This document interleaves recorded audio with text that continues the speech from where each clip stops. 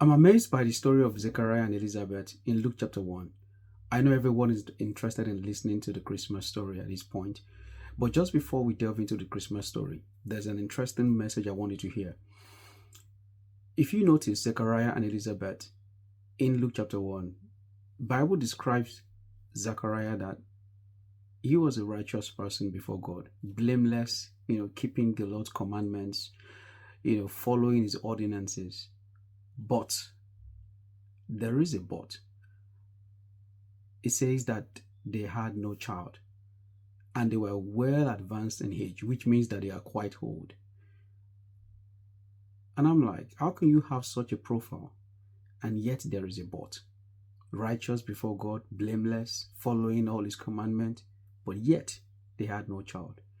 Interestingly, one day Zechariah was serving as a priest. Underline the word serving as a priest.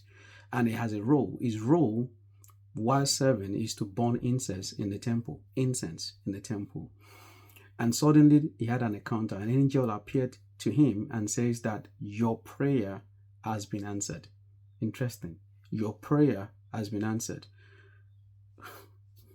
I didn't see any record in the Bible where Zechariah was actively praying for a child at that moment. There isn't the record there where he was actually praying actively. But yet the angel said your prayer has been answered. So, if you read further down, even after delivering that message by the angel, the next statement Zechariah uttered was, how can I believe what you're saying? How can I be sure of this? So clearly, this guy doesn't look like he was praying. And even if he was praying, I don't think he had any faith. So the question is, what prayer was answered? I believe that it was a prayer of service. His faithfulness, diligence, obedience before God actually spoke louder than words.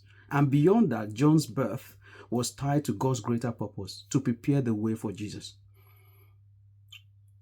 So here is my message for us today. You may be doing everything right, living righteously, obeying God, and yet you lack a heart of service. Serving God and humanity matters. Unpaid service, volunteering, supporting others, opening your home, showing compassion and serving in church and community. That kind of service is a prayer God hears. He respects and honors. It can actually unlock answers to prayers you may not even be praying anymore. Think about it.